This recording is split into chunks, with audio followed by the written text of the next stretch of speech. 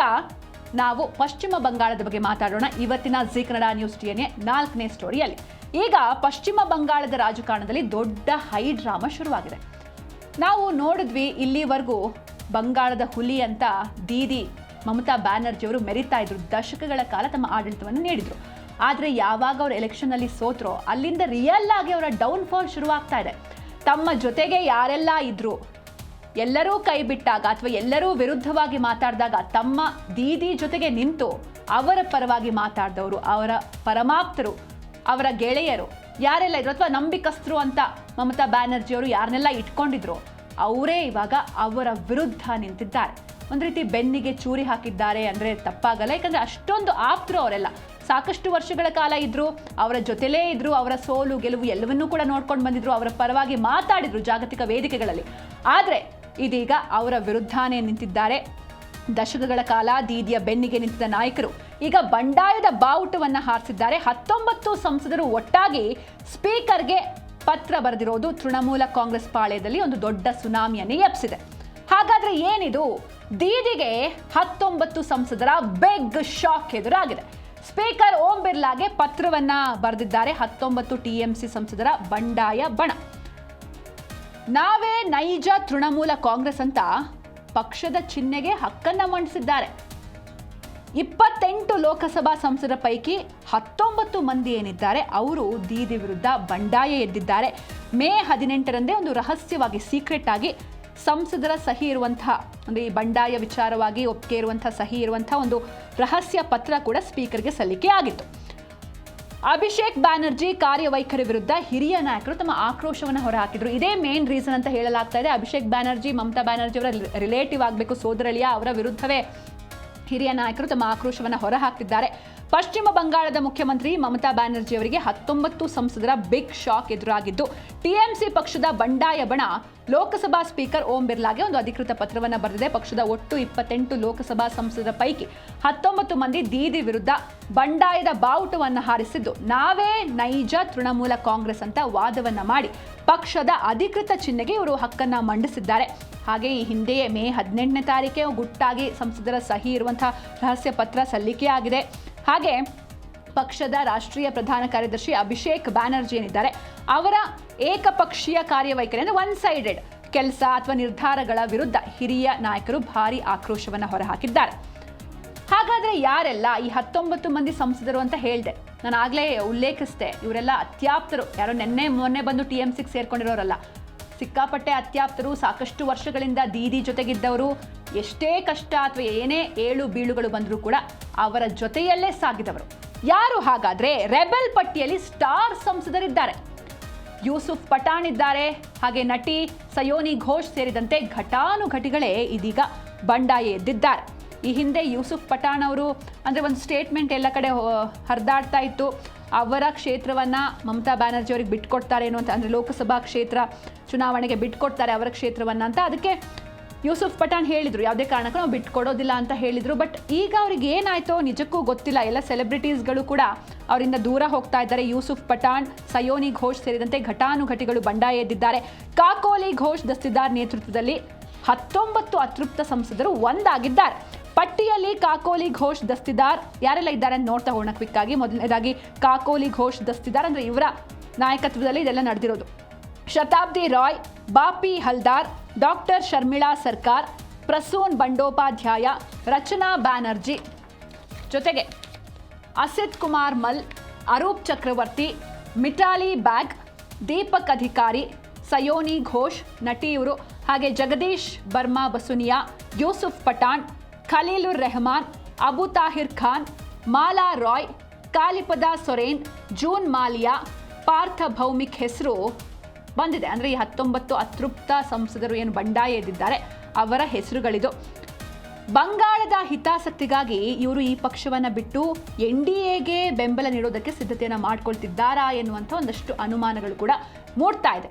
ಸಂಸತ್ತಿನಲ್ಲಿ ಪ್ರತ್ಯೇಕ ಬಣವಾಗಿ ಗುರುತಿಸಿಕೊಳ್ಳೋದಕ್ಕೆ ಸ್ಪೀಕರ್ಗೆ ಇವರೆಲ್ಲರೂ ಕೂಡ ಮನವಿಯನ್ನ ಮಾಡಿದ್ದಾರೆ. ಟಿಎಂಸಿ ಪಕ್ಷದ ರೆಬೆಲ್ ಪಟ್ಟಿಯಲ್ಲಿ ಸ್ಟಾರ್ ಸಂಸದರೇ ತುಂಬಿರೋದು ಈಗ ಭಾರಿ ಸಂಚಲನ ಮೂಡಿಸಿದ್ದು, ಮಾಜಿ ಕ್ರಿಕೆಟಿಗ ಯೂಸುಫ್ ಪಠಾಣ್ ಹಾಗೆ ನಟಿ ಸಯೋನಿ ಘೋಷ್ ಸೇರಿದಂತೆ ಸಿನಿಮಾ ಹಾಗೂ ಕ್ರೀಡಾ ಕ್ಷೇತ್ರದಲ್ಲಿ ಯಾರೆಲ್ಲ ಪ್ರಭಾವವನ್ನು ಡೆವಲಪ್ ಮಾಡ್ಕೊಂಡಿದ್ರು ಅಥವಾ ಪ್ರಭಾವಿತರು ಅಂತ ಯಾರೆಲ್ಲ ಇದ್ದಾರೆ ಅವರೆಲ್ಲರೂ ಕೂಡ ದೀದಿ ವಿರುದ್ಧನೇ ತಿರುಗಿ ಬಿದ್ದಿದ್ದಾರೆ. ಈ ಅತೃಪ್ತರ ಪಟ್ಟಿಯಲ್ಲಿ ರಚನಾ ಬ್ಯಾನರ್ಜಿ ಇದ್ದಾರೆ, ಶತಾಬ್ದಿ ರಾಯ್ ಇದ್ದಾರೆ, ದೀಪಕ್ ಅಧಿಕಾರಿ ಅವರ ಹೆಸರುಗಳು ಕೂಡ ಇದ್ದು ಹಿರಿಯ ಸಂಸದೆ ಕಾಕೋಲಿ ಘೋಷ್ ದಸ್ತಿದಾರ್ ನೇತೃತ್ವದಲ್ಲಿ ಈ 19 ಅತೃಪ್ತ ಸಂಸದರು ಒಂದಾಗಿದ್ದಾರೆ. ಹೀಗಾಗಿ ನಿಜಕ್ಕೂ ಶಾಕ್ ಮೇಲೆ ಶಾಕ್, ಏಟಿನ ಮೇಲೆ ಏಟು ಮಮತಾ ಬ್ಯಾನರ್ಜಿ ಅವರಿಗೆ. ಆದರೆ ಇದರ ನಡುವೆ ಈ 19 ಸಂಸದರೇನೋ ಒಂದು ಕಡೆ ಸೇರಿದ್ದಾರೆ, ಒಂದು ಪ್ರತ್ಯೇಕವಾಗಿ ಬಂಡಾಯವನ್ನು ಎದ್ದಿದ್ದಾರೆ, ಬಣವನ್ನು ರೂಪಿಸ್ಕೊಳ್ತಾ ಇದ್ದಾರೆ. ಇದರ ನಡುವೆ ಒಬ್ಬ ವ್ಯಕ್ತಿ ಡಬಲ್ ಗೇಮ್ ಕೂಡ ಆಡ್ತಿದ್ದಾನೆ ಎನ್ನುವಂತಹ ಅನುಮಾನಗಳು ಮೂಡ್ತಾ ಇದೆ. ಯಾರ ವ್ಯಕ್ತಿ? ಶತ್ರುಘ್ನ ಸಿನ್ಹಾ ಅಂತ. ಶತ್ರುಘ್ನ ಸಿನ್ಹಾ ಡಬಲ್ ಗೇಮ್ ಆಡ್ತಿದ್ದಾರಾ ಎನ್ನುವಂಥ ಪ್ರಶ್ನೆಗಳು ಮೂಡ್ತಾ ಇದೆ. ಅಂದರೆ ಪ್ರಧಾನಿ ಮೋದಿಯನ್ನ ಹೊಗಳ್ತಾರೆ, ಆದರೆ ಮಮತಾ ಜೊತೆ ನಿಂತಿದ್ದಾರೆ ಶತ್ರುಘ್ನ ಸಿನ್ಹಾ. ನಿಮಗೆ ಗೊತ್ತು ಮಮತಾ ಹಾಗೆ ಮೋದಿಯವರ ಸಂಬಂಧ ಯಾವ ರೀತಿ ಇದೆ. ಅವರು ಆಡಳಿತದಲ್ಲಿ ಇರಬೇಕಾದ್ರೆ ಬಂಗಾಳದಲ್ಲಿ ದೀದಿಯವರ ಅಧಿಕಾರ ಇದ್ದಾಗ ಕೇಂದ್ರ ಹಾಗೂ ರಾಜ್ಯ ಸರ್ಕಾರದ ನಡುವೆ ಯಾವುದೇ ಮಾತುಕತೆಗಳಿರಲಿಲ್ಲ, ಯಾವುದೇ ಒಂದು ಕೋಆಪರೇಷನ್ ಇರಲಿಲ್ಲ, ಒಂದು ದೊಡ್ಡ ಗ್ಯಾಪೇ ಕ್ರಿಯೇಟ್ ಆಗಿತ್ತು. ಇಂಥದ್ರಲ್ಲಿ ಶತ್ರುಘ್ನ ಸಿನ್ಹಾ ಪ್ರಧಾನಿ ಮೋದಿಯನ್ನ ಹೊಗಳಿ ಮಮತಾ ಜೊತೆ ನಿಂತಿದ್ದಾರೆ. ಮೋದಿಯನ್ನ ಮಿತ್ರ ಅಂತ ಕರೆದು ಎಕ್ಸ್ನಲ್ಲಿ ಪೋಸ್ಟ್ ಹಾಕಿದ್ದಾರೆ ಶಾರ್ಟ್ ಗನ್. ಆದರೆ ಅದರ ಜೊತೆಗೆ ಇವರು ಕೊಟ್ಟಿರುವಂಥ ಇನ್ನೊಂದು ಸ್ಟೇಟ್ಮೆಂಟ್ ಏನಂದರೆ, ಕಷ್ಟಕಾಲದಲ್ಲಿ ನಾನು ದೀದಿಯನ್ನ ಬಿಟ್ಟು ಎಲ್ಲೂ ಹೋಗಲ್ಲ ಅಂತ ಅಸನ್ಸೋಲ್ ಸಂಸದ ಶತ್ರುಘ್ನ ಸಿನ್ಹಾ ಹೇಳಿದ್ದಾರೆ. ಬಂಡಾಯದ ಪಟ್ಟಿಯಲ್ಲಿ ನಿಮ್ಮ ಹೆಸರು ಇದೆ ಅಂತ ಕೇಳಿದ್ರೆ ಇಲ್ಲ, ನನ್ನ ಹೆಸರು ಆ ಪಟ್ಟಿಯಲ್ಲಿ ಇಲ್ಲ ಅಂತ ಕ್ಲಿಯರ್ ಕಟ್ ಆಗಿ ನಿರಾಕರಿಸಿದ್ದಾರೆ. ಮಮತಾ ಬ್ಯಾನರ್ಜಿ ಏಕಾಂಗಿಯಾಗಿರುವಾಗ ನಾನು ಕೈ ಬಿಡಲ್ಲ ಅಂತ ಹಿರಿಯ ನಟ ಹೇಳಿದ್ದಾರೆ. ಇವರು ಕೂಡ ಸ್ಟಾರು, ಸೊ ಹೀಗಾಗಿ ಇವರು ಹೆಸರುಗಳು ಕೂಡ ಕೇಳಿ ಬಂದಿತ್ತು, ಬಟ್ ಇಲ್ಲ ಅಂತ ಅವರು ವಾದವನ್ನು ಮಾಡ್ತಿದ್ದಾರೆ. ಇದರ ಜೊತೆಗೆ ಯಾರೆಲ್ಲ ಈ ಬಂಡಾಯ ಎದ್ದು ಹೊರಗಡೆ ನಡೆದ್ರು, ಸ್ಪೀಕರ್ ಓಂ ಬಿರ್ಲಾ ಅವರಿಗೆ ಲೆಟರ್ನ ಕೊಟ್ಟಿದ್ದಾರೆ ಸಹಿ ಹಾಕಿ, ಅವರಿಗೆ ಮಹುವಾ ಮೊಯಿತ್ರಾ ಒಂದು ಪಂಚ್ ಕೊಟ್ಟಿದ್ದಾರೆ. ಬಂಡಾಯಗಾರರಿಗೆ ಮಹುವಾ ಪಂಚ್ ಕೊಟ್ಟಿದ್ದಾರೆ. ಯಾವ ರೀತಿ? ಧೈರ್ಯ ಇದ್ರೆ ನೀವು ರಾಜೀನಾಮೆ ಕೊಡಿ, ರಾಜೀನಾಮೆ ಕೊಟ್ಟು ಬಿಜೆಪಿ ಟಿಕೆಟ್ನಲ್ಲಿ ಸ್ಪರ್ಧೆ ಮಾಡಿ ಗೆಲ್ಲಿ ಅಂತ ಒಂದು ಓಪನ್ ಚಾಲೆಂಜ್ ಹಾಕಿದ್ದಾರೆ ಮಹುವಾ ಮೊಯಿತ್ರಾ. ಜೊತೆಗೆ ಬಂಡಾಯ ಸಂಸದರನ್ನ ದ್ರೋಹಿಗಳು ಅಂತ ಕರೆದಿದ್ದಾರೆ ಸಂಸದೆ ಮಹುವಾ. ಯಾಕಂದ್ರೆ ಅವ್ರ ಜೊತೆನೇ ಇದ್ದು ಈ ರೀತಿ ಸೋತ್ರು ಅಂದಿದ ತಕ್ಷಣ ಬೆನ್ನಿಗೆ ಚೂರಿ ಹಾಕಿ ನೀವು ಬಿಟ್ಟು ಹೋಗ್ತಾ ಇದ್ದೀರಾ, ನೀವು ನಿಜಕ್ಕೂ ದ್ರೋಹಿಗಳು ಅಂತ ಕರೆದಿದ್ದಾರೆ ಸಂಸದೆ ಮಹುವಾ. ಪಕ್ಷಾಂತರ ನಿಷೇಧ ಕಾಯ್ದೆಯಡಿ ಅನರ್ಹತೆಯ ಎಚ್ಚರಿಕೆಯನ್ನು ಕೂಡ ನೀಡಿದ್ದಾರೆ ಮಹುವಾ ಮೊಯಿತ್ರಾ. 3ರಲ್ಲಿ 2 ಭಾಗದಷ್ಟು ಬಹುಮತವಿಲ್ಲದೆ ಪ್ರತ್ಯೇಕ ಬಣ ರಚನೆ ಮಾಡೋದು ಅಸಾಧ್ಯ. ಹೀಗಾಗಿ ಸುಪ್ರೀಂ ಕೋರ್ಟ್ ಮೆಟ್ಟಿಲೇರೋದಕ್ಕೆ ಮಮತಾ ಬ್ಯಾನರ್ಜಿ ಬಣ ಸಜ್ಜಾಗಿದೆ. ಇನ್ನು ಸುಪ್ರೀಂ ಕೋರ್ಟ್ನಲ್ಲಿ ಏನು ಡಿಸಿಷನ್ ಆಗುತ್ತೆ ಕಾದು ನೋಡಬೇಕಿದೆ. ಬಂಡಾಯ ಎದ್ದಿರುವಂತಹ 19 ಸಂಸದರ ವಿರುದ್ಧ ಸಂಸದೆ ಮಹುವಾ ಮೊಯಿತ್ರಾ ಕೆಂಡಾಮಂಡಲಾಗಿದ್ದಾರೆ. ನೀವು ದ್ರೋಹಿಗಳು ಅಂತ ಹೇಳಿದ್ದಾರೆ. ಹಾಗೆ ನಿಮಗೆ ತಾಕತ್ತಿದ್ರೆ, ಧೈರ್ಯ ಇದ್ರೆ ನೀವು ರಾಜೀನಾಮೆ ಕೊಟ್ಟು ಬಿಜೆಪಿಯಿಂದ ಟಿಕೆಟ್ ಪಡೆದು ನೀವು ಗೆದ್ದು ತೋರಿಸಿ ಅಂತ ಚಾಲೆಂಜ್ ಕೂಡ ಮಾಡಿದ್ದಾರೆ. ಇದರ ಜೊತೆಗೆ ಈಗ ಹೆಂಗೆ ದೀದಿ ಆಪ್ತ ಬಣದಲ್ಲಿ ಬಿರುಕು ಮೂಡಿದೆಯೋ ಅದೇ ಥರ ಬಂಡಾಯ ಬಣ ಏನಿದೆ, 19 ಮಂದಿ ಜನ ಏನಿದ್ದಾರೆ ಅವರ ಮಧ್ಯದಲ್ಲೂ ಕೂಡ ಒಂದು ಕ್ರ್ಯಾಕ್ ಆಗಿದೆ, ಒಂದು ಬಿರುಕು ಮೂಡಿದೆ. ಬಂಡಾಯ ಬಣದಲ್ಲೂ ಕೂಡ ಬಿರುಕು ಮೂಡಿದೆ. ಯಾವ ರೀತಿ?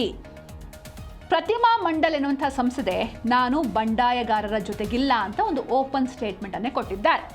19 ಸಂಸದರ ಪಟ್ಟಿಯಲ್ಲಿ ನನ್ನ ಹೆಸರಿಲ್ಲ ಅಂತ ಅವರು ಕೂಡ ಇದನ್ನು ಓಪನ್ ಆಗಿ ರಿಜೆಕ್ಟ್ ಮಾಡಿದ್ದಾರೆ.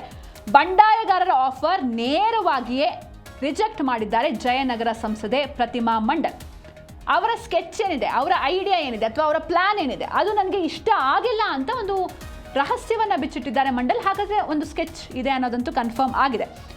ದೀದಿ ಪಾಳ್ಯಕ್ಕೆ ವಾಪಸ್ ಆಗ್ತಾ ಇದ್ದಾರೆ ಅತೃಪ್ತ ಸಂಸದರು. ನಮಗೆ ಏನೋ ಅಸಮಾಧಾನ ಇದೆ ಅಂತ ಹೊರಗಡೆ ನಡೆದಿದ್ರು, ಬಟ್ ಈಗ ಒಬ್ರೊಬ್ಬರಾಗೆ ಇಲ್ಲ ನಮ್ಮ ಹೆಸರು ಅದರಲ್ಲಿ ಇಲ್ಲ ಅಂತ ರಿಜೆಕ್ಟ್ ಮಾಡ್ತಿದ್ದಾರೆ. ನಾವು ಈ ಹಿಂದೆ ನೋಡಿದ್ವಿ, ಶತ್ರುಘ್ನ ಸಿನ್ಹಾ ಕೂಡ ಇಲ್ಲ ನನ್ನ ಹೆಸರು ಇಲ್ಲ ಅಂತ ಹೇಳಿದರು. ಹಾಗೆ ಜಯನಗರ ಸಂಸದೆ ಪ್ರತಿಮಾ ಮಂಡಲ್ ಕೂಡ ಹೇಳ್ತಾ ಇದ್ದಾರೆ. ಹೀಗಾಗಿ ಒಬ್ರೊಬ್ಬರಾಗೆ ಮತ್ತೆ ವಾಪಸ್ ಬರ್ತಾರಾ? ಈಗ ಏನು ದೂರ ಆಗಿದ್ದಾರೆ ಮತ್ತೆ ವಾಪಸ್ ಬಂದು ಇದೇ ಪಕ್ಷಕ್ಕೆ ಸೇರ್ಕೊಳ್ತಾರಾ, ದೀದಿ ಜೊತೆನೇ ಸೇರ್ಕೊಳ್ತಾರಾ ಗೊತ್ತಿಲ್ಲ. ಅವರ ಸ್ಕೆಚ್ ನನಗೆ ಇಷ್ಟ ಆಗಿಲ್ಲ ಅಂತ ಮೇಲ್ನೋಟಕ್ಕೆ ಅವರು ರಿಜೆಕ್ಟ್ ಮಾಡಿದ್ದಾರೆ. ನನ್ನ ಹೆಸರು ಅದರಲ್ಲಿ ಇಲ್ಲ ಅಂತ ರಿಜೆಕ್ಟ್ ಮಾಡಿದ್ದಾರೆ. ಇದರ ಜೊತೆಗೆ ಒಂದು ಅಖಂಡ ಕಾಂಗ್ರೆಸ್ ನಿರ್ಮಾಣಕ್ಕೆ ಸ್ಕೆಚ್ ಹಾಕಲಾಗ್ತಾ ಇದೆಯಾ ಎನ್ನುವಂಥ ಪ್ರಶ್ನೆಗಳು ಕೂಡ ಮೂಡ್ತಾ ಇದೆ. ಯಾಕಂದರೆ ಟಿಎಂಸಿ ಮತ್ತು ಎನ್ಸಿಪಿಯನ್ನು ಕಾಂಗ್ರೆಸ್ನಲ್ಲಿ ವಿಲೀನಗೊಳಿಸಬೇಕು ಎನ್ನುವಂಥ ಚರ್ಚೆಗಳು ಮೂಡ್ತಾ ಇದೆ. ಮಮತಾ ಬ್ಯಾನರ್ಜಿ ಮತ್ತು ಶರದ್ ಪವಾರ್ ಸೆಳೆಯೋದಕ್ಕೆ ಇಂಡಿಯಾ ಮೈತ್ರಿಕೂಟ ಪ್ಲಾನ್ ಮಾಡ್ತಾ ಇದೆ ಎನ್ನುವಂಥ ಮಾಹಿತಿ. ಬಂಡಾಯದಿಂದ ಬಚಾವಾಗೋದಕ್ಕೆ ಕಾಂಗ್ರೆಸ್ ಜೊತೆ ದೀದಿ ಕೈ ಜೋಡಿಸ್ತಾರೆ. ಯಾಕಂದ್ರೆ ಈ ಹಿಂದೆ ನಾವು ನೋಡಿದ್ವಿ, ಕೆಲವು ದಿನಗಳ ಹಿಂದೆ ಸೋನಿಯಾ ಗಾಂಧಿ ಅವ್ರನ್ನ ಮೀಟ್ ಮಾಡಿ ಮಾತಾಡಿದ್ರು ಮಮತಾ ಬ್ಯಾನರ್ಜಿ ಅವರು. ಹೀಗಾಗಿ ಈ ಬಂಡಾಯ ಏನು ಎದ್ದಿದ್ದಾರೆ ಇವರಿಂದ ಬಚಾವಾಗೋದಕ್ಕೆ ಕಾಂಗ್ರೆಸ್ ಜೊತೆ ದೀದಿ ಕೈ ಜೋಡಿಸ್ತಾರಾ, ಹಾಗೆ ಸಮಾನ ಮನಸ್ಕ ಪಕ್ಷಗಳು ವಿಲೀನವಾಗ್ಲಿವೆ ಅಂತ ನಾನಾ ಪಟೋಲೆ ಕೂಡ ಒಂದು ಸ್ಟೇಟ್ಮೆಂಟ್ ಕೊಟ್ಟಿದ್ದಾರೆ. ಹೀಗಾಗಿ ರಾಷ್ಟ್ರ ರಾಜಕಾರಣದಲ್ಲಿ ಹೊಸ ಸಂಚಲನ ಮೂಡಿಸ್ತಾ ಇದೆ ಈ ಅಖಂಡ ಕಾಂಗ್ರೆಸ್ ಮಂತ್ರ. ಹೀಗಾಗಿ ಮುಂದೆ ಏನಾಗುತ್ತೆ, ಈಗ ಎಲೆಕ್ಷನ್ ಅಲ್ಲಿ ಸೋತರು ಹೌದು, ಅದಾದ್ಮೇಲೆ ಯಾರು ಕೂಡ ಅವ್ರ ಜೊತೆಗೆ ನಿಲ್ತಾ ಇಲ್ಲ, ಒಂದಾದ್ಮೇಲೆ ಒಂದು ಹೊಡ್ತಾ ಬೀಳ್ತಾನೆ ಇದೆ, ಏಟಿನ ಮೇಲೆ ಏಟು, ಶಾಕ್ ಮೇಲೆ ಶಾಕ್, ಡೌನ್ ಫಾಲ್ ಶುರುವಾಗಿದೆ. ಮುಂದೆ ಸುಪ್ರೀಂ ಕೋರ್ಟಲ್ಲಿ ಏನಾಗುತ್ತೆ, ಯಾರ ಪರ ಗೆಲುವಾಗುತ್ತೆ ಕಾದು ನೋಡಬೇಕು.